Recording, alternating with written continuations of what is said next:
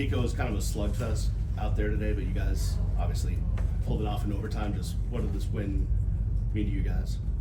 You know, we put it all on the line. You know, defensive players, we're executing, and we just try to play our game, do our own assignment.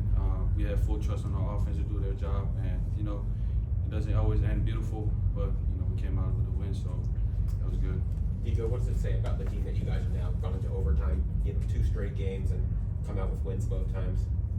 I mean, we just got to do our job, do our assignment, do your 111, and if it falls, negative, we got to pick up and move on to the next play. And like I said, it didn't go as smooth as it was, but just got to keep our head on the swivel and keep working.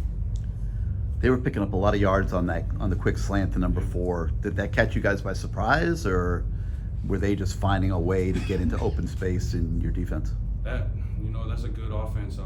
That's a really good team. They had the stretch going on us, and they got us a couple times and kind of adjusted on it. And sometimes try to expect too much on the run. And their number 4 he's a playmaker, and they came out to play, and that's what they did. Just got to keep working and learn from it and adjust on the field. So yeah. Cam had that big kick 6 right after halftime. How important was that for the defense to kind of get back on track? Cam is a playmaker, and he came in clutch at that moment. Kind of swayed the momentum towards our side, and we just play aggressive. We kind of played passive in the beginning, but when you read your keys and you react fast, you make those type of plays, and that's what Cam did. You guys obviously, this quarterback known for getting some rushing yards. You knew he was probably going to have some attempts. He got like 1 or 2, but for the most part, you guys did a good job of that. Just talk about your preparation for that and staying home. Yeah, that was like their number 1 successful play. Was running that draw QB, and we kind of game planned it with our D-line, staying tight, playing in the pocket, and we just try to keep him in the pocket, and not because he's dangerous with his legs. So Coach G did a pretty good job emphasizing through our preparation, and our guys came out and executed. And Kiko, you would have said grouping in 2 more. Did you guys do anything in practice this week to really kind of emphasize pressure this week? Yes, our D-line, they've been doing their thing. They've been really good at pass rushing. We got the best interior in the nation, and they were doing their job. Because no surprise that those guys were in the backfield. So yeah. Nice to have Branson Dean back. Yes, we do have Branson Dean back. Great to have him back.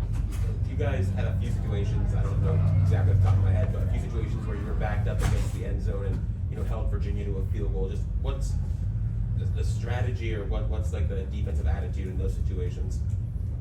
Our coach keep emphasizing it. They don't score on the 2-yard line, on the 1-yard line. It don't matter.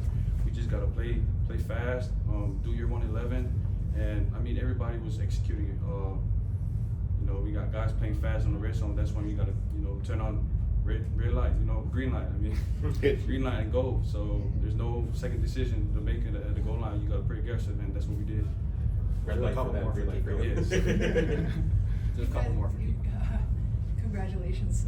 You guys qualified for a bowl with this win. What does that mean to you? And UM hasn't actually played in a bowl since 2020. They qualified in 21, but it's been a while. Yeah, I'm new here, and it's a great direction we're heading to. But that's good that we're bowl eligible, but we got to move on to the next game.